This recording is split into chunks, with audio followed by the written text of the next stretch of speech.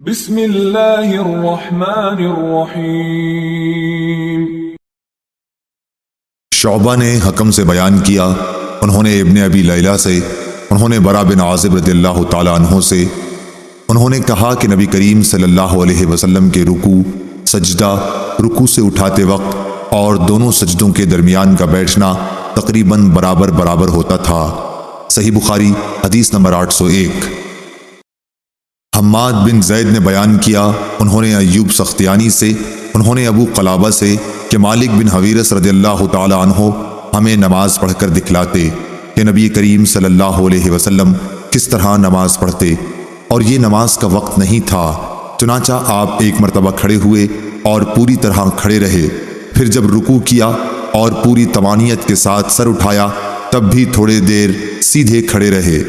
ابو قلابہ نے بیان کیا کہ مالک رضی اللہ تعالی عنہ نے ہمارے اس شیخ ابو یزید کی طرح نماز پڑھائی۔ ابو یزید جب دوسرے سجدے سے سر اٹھاتے تو پہلے اچھی طرح بیٹھ لیتے، پھر کھڑے ہوتے۔ صحیح بخاری حدیث نمبر 802۔ شعیب نے خبر دی، انہوں نے زہری سے، انہوں نے کہا کہ مجھ کو ابو بکر بن عبد الرحمن بن حارث بن حشام اور ابو سلمہ بن عبد الرحمن نے خبر دی کہ حضرت ابو ہریرہ رضی اللہ تعالی عنہ تمام نمازوں میں تکبیر کہا کرتے تھے، خواہ فرض ہوں یا نہ ہوں، رمضان کا مہینہ ہو یا کوئی اور مہینہ۔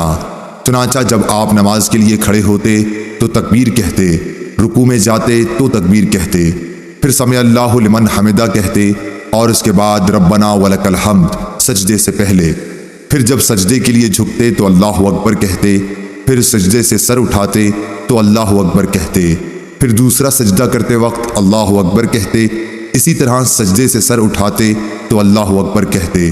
وہ رکعات کے بعد قاعدہ اولا کرنے کے بعد جب کھڑے ہوتے تب بھی تکبیر کہتے، اور آپ ہر رکعت میں ایسا ہی کیا کرتے، یہاں تک کہ نماز سے فارغ ہونے کے بعد فرماتے کہ اس ذات کی قسم جس کے ہاتھ میں میری جان ہے، میں تم میں سے سب سے زیادہ نبی کریم صلی اللہ علیہ وسلم کی نماز سے مشابہ ہوں، اور آپ اسی طرح نماز پڑھتے رہے یہاں تک کہ آپ صلی اللہ علیہ وسلم دنیا سے تشریف لے گئے۔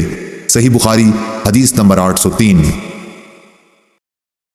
ابو بکر اور ابو سلمہ دونوں نے کہا کہ حضرت ابو ہریرہ رضی اللہ تعالی عنہ نے بتلایا کہ رسول اللہ صلی اللہ علیہ وسلم جب سر مبارک رکوع سے اٹھاتے تو سمع اللہ لمن حمدہ ربنا ولک الحمد کہہ کر چند لوگوں کے لیے دعائیں کرتے اور نام لے لے کر فرماتے، یا اللہ ولید بن ولید، سلمہ بن حشام، عیاش بن ابی ربیعہ اور تمام کمزور مسلمانوں کو کفار سے نجات دے۔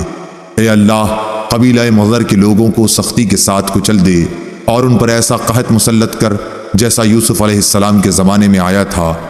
ان دنوں پورب والے قبیلہ مضر کے لوگ مخالفین میں تھے۔ صحیح بخاری حدیث نمبر 804۔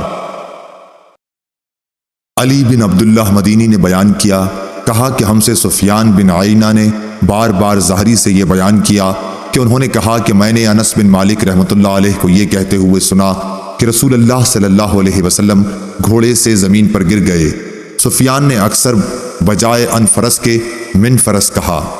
گرنے سے آپ کا دایاں پہلو زخمی ہو گیا تو ہم آپ کی خدمت میں عیادت کی غرض سے حاضر ہوئے، اتنے میں نماز کا وقت ہو گیا اور آپ نے ہمیں بیٹھ کر نماز پڑھائی، ہم بھی بیٹھ گئے۔ سفیان نے ایک مرتبہ کہا کہ ہم نے بھی بیٹھ کر نماز پڑھی۔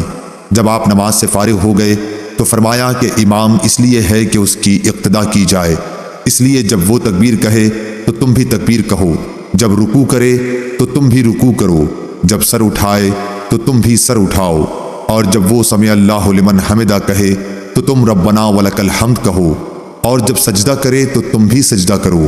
سفیان نے اپنے شاگرد علی بن مدینی سے پوچھا کہ کیا معمر نے بھی اسی طرح حدیث بیان کی تھی؟ علی کہتے ہیں کہ میں نے کہا جی ہاں۔ اس پر سفیان بولے کہ معمر کو حدیث یاد تھی۔ زہری نے یوں کہا ولک الحمد۔ سفیان نے یہ بھی کہا کہ مجھے یاد ہے کہ زہری نے یوں کہا آپ کا دایاں بازو چھل گیا تھا جب ہم زہری کے پاس سے نکلے۔ ابن جریح نے کہا میں زہری کے پاس موجود تھا تو انہوں نے یوں کہا کہ آپ کی داہنی پنڈلی چھل گئی۔ صحیح بخاری حدیث نمبر 805۔ سعید بن مسیب اور عطا بن یزید لیثی نے خبر دی کہ ابو ہریرہ رضی اللہ تعالی عنہ نے انہیں خبر دی کہ لوگوں نے پوچھا، یا رسول اللہ کیا ہم اپنے رب کو قیامت میں دیکھ سکیں گے؟ آپ نے جواب کے لیے پوچھا، کیا تمہیں 14ویں رات کے چاند کو دیکھنے میں جبکہ اس کے قریب کہیں بادل بھی نہ ہو شبہ ہوتا ہے؟ لوگ بولے، ہرگز نہیں یا رسول اللہ صلی اللہ علیہ وسلم۔ پھر آپ نے پوچھا، اور کیا تمہیں سورج کے دیکھنے میں جبکہ اس کے قریب کہیں بادل بھی نہ ہو شبہ ہوتا ہے؟ لوگوں نے کہا کہ نہیں یا رسول اللہ۔ پھر آپ نے فرمایا، رب العزت کو تم اسی طرح دیکھو گے۔ لوگ قیامت کے دن جمع کیے جائیں گے، پھر اللہ تعالیٰ فرمائے گا کہ جو جسے پوجتا تھا وہ اس کے ساتھ ہو جائے۔ چنانچہ بہت سے لوگ سورج کے پیچھے ہو لیں گے، بہت سے چاند اور بہت سے بتوں کے ساتھ ہو لیں گے۔ یہ امت باقی رہ جائے گی، اس میں منافقین بھی ہوں گے۔ پھر اللہ تعالیٰ ایک نئی صورت میں آئے گا اور ان سے کہے گا کہ میں تمہارا رب ہوں۔ وہ منافقین کہیں گے کہ ہم یہیں اپنے رب کے آنے تک کھڑے رہیں گے، جب ہمارا رب آئے گا تو ہم اسے پہچان لیں گے۔ پھر اللہ عز و جل ان کے پاس ایسی صورت میں جسے وہ پہچان لیں آئے گا اور فرمائے گا کہ میں تمہارا رب ہوں۔ وہ بھی کہیں گے کہ بے شک تو ہمارا رب ہے۔ پھر اللہ تعالیٰ بلائے گا، پل صراط جہنم کے بیچوں بیچ رکھا جائے گا، اور حضرت صلی اللہ علیہ وسلم فرماتے ہیں کہ میں اپنی امت کے ساتھ اس سے گزرنے والا سب سے پہلا رسول ہوں گا۔ اس روز سوائے انبیاء کے کوئی بھی بات نہ کر سکے گا، اور انبیاء بھی صرف یہ کہیں گے، اے اللہ مجھے محفوظ رکھیو، اے اللہ مجھے محفوظ رکھیو۔ اور جہنم میں سادان کے کانٹوں کی طرح آکس ہوں گے۔ سادان کے کانٹے تو تم نے دیکھے ہوں گے۔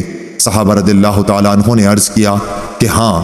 آپ نے فرمایا، تو وہ سادان کے کانٹوں کی طرح ہوں گے، البتہ ان کے طول و عرض کو سوائے اللہ تعالیٰ کے اور کوئی نہیں جانتا۔ یہ آنکس لوگوں کو ان کے اعمال کے مطابق کھینچ لیں گے۔ بہت سے لوگ اپنے عمل کی وجہ سے ہلاک ہوں گے، بہت سے ٹکڑے ٹکڑے ہو جائیں گے، پھر ان کی نجات ہوگی۔ جہنمیوں میں سے اللہ تعالیٰ جس پر رحم فرمانا چاہے گا تو ملائکہ کو حکم دے گا کہ جو خالص اللہ تعالیٰ ہی کی عبادت کرتے تھے انہیں باہر نکال لو۔ چنانچہ ان کو وہ باہر نکال لیں گے اور موحدوں کو سجدے کے آثار سے پہچانیں گے۔ اللہ تعالیٰ نے جہنم پر سجدے کے آثار کا جلانا حرام کر دیا ہے۔ چنانچہ یہ جب جہنم سے نکالے جائیں گے تو اثر سجدہ کے سوا ان کے جسم کے تمام ہی حصوں کو آگ جلا چکی ہوگی۔ جب جہنم سے باہر ہوں گے تو بالکل جل چکے ہوں گے، اس لیے ان پر آب حیات ڈالا جائے گا، جس سے وہ اس طرح ابھر آئیں گے جیسے سیلاب کے کوڑے کرکٹ پر سیلاب کے تھمنے کے بعد سبزہ ابھر آتا ہے۔ پھر اللہ تعالیٰ بندوں کے حساب سے فارغ ہو جائے گا، لیکن ایک شخص جنت اور دوزخ کے درمیان اب بھی باقی رہ جائے گا۔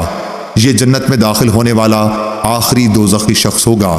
اس کا منہ دوزخ کی طرف ہوگا، اس لیے کہے گا کہ اے میرے رب، میرے منہ کو دوزخ کی طرف سے پھیر دے، کیونکہ اس کی بدبو مجھ کو مارے ڈالتی ہے اور اس کی چمک مجھے جلائے دیتی ہے۔ اللہ تعالیٰ پوچھے گا، کیا اگر تیری یہ تمنا پوری کر دوں تو دوبارہ کوئی نیا سوال تو نہیں کرے گا؟ بندہ کہے گا، نہیں، تیری بزرگی کی قسم۔ اور جیسے جیسے اللہ چاہے گا وہ قول و قرار کرے گا۔ آخر اللہ تعالیٰ جہنم کی طرف سے اس کا منہ پھیر دے گا۔ جب وہ جنت کی طرف منہ کرے گا اور اس کی شادابی نظروں کے سامنے آئی تو اللہ نے جتنی دیر چاہا وہ چپ رہے گا، لیکن پھر بول پڑے گا، اے اللہ مجھے جنت کے دروازے کے قریب پہنچا دے۔ اللہ تعالیٰ پوچھے گا، کیا تو نے عہد و پیمان نہیں باندھا تھا کہ اس ایک سوال کے سوا اور کوئی سوال تو نہیں کرے گا؟ بندہ کہے گا، اے میرے رب، مجھے تیری مخلوق میں سب سے زیادہ بدنصیب نہ ہونا چاہیے۔ اللہ رب العزت فرمائے گا کہ پھر کیا ضمانت ہے کہ اگر تیری یہ تمنا پوری کر دی گئی تو دوسرا کوئی سوال نہیں کرے گا؟ بندہ کہے گا، نہیں، تیری عزت کی قسم، اب دوسرا سوال کوئی تجھ سے نہیں کروں گا۔ چنانچہ اپنے رب سے ہر طرح عہد و پیمان باندھے گا اور جنت کے دروازے تک پہنچا دیا جائے گا۔ دروازے پر پہنچ کر جب جنت کی پہنائی، تازگی اور مسرتوں کو دیکھے گا تو جب تک اللہ تعالیٰ چاہے گا وہ بندہ چپ رہے گا، لیکن آخر بول پڑے گا کہ اے اللہ مجھے جنت کے اندر پہنچا دے۔ اللہ تعالیٰ فرمائے گا، افسوس اے ابن آدم، تو ایسا دغاباز کیوں بن گیا؟ کیا ابھی تو نے عہد و پیمان نہیں باندھا تھا کہ جو کچھ مجھے دے دیا گیا اس سے زیادہ اور کچھ نہیں مانگوں گا؟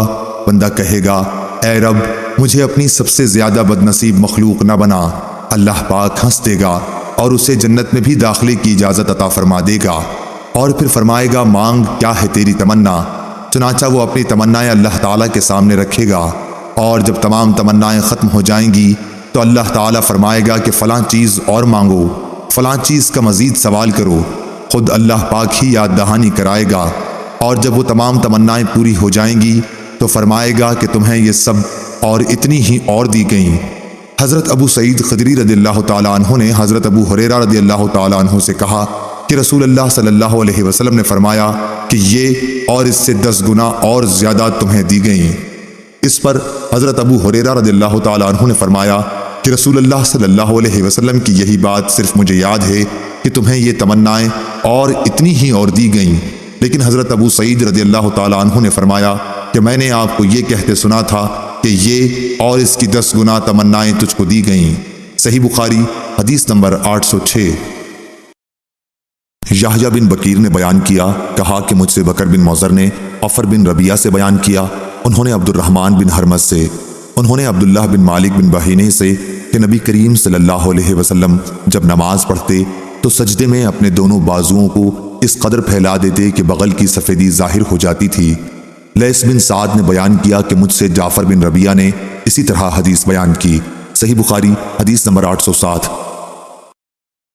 سلط بن محمد بصری نے بیان کیا، کہا ہم سے مہدی بن میمون نے واصل سے بیان کیا، انہوں نے ابو وائل سے، انہوں نے حذیفہ رضی اللہ تعالیٰ عنہ سے کہ انہوں نے ایک شخص کو دیکھا جو رکوع اور سجدہ پوری طرح نہیں کرتا تھا۔ جب وہ نماز پڑھ چکا تو انہوں نے اس سے فرمایا کہ تو نے نماز ہی نہیں پڑھی۔ ابو وائل نے کہا کہ مجھے یاد آتا ہے کہ حذیفہ نے یہ فرمایا کہ اگر تم مر گئے تو تمہاری موت محمد صلی اللہ علیہ وسلم کے طریق پر نہیں ہوگی۔ صحیح بخاری حدیث نمبر 808۔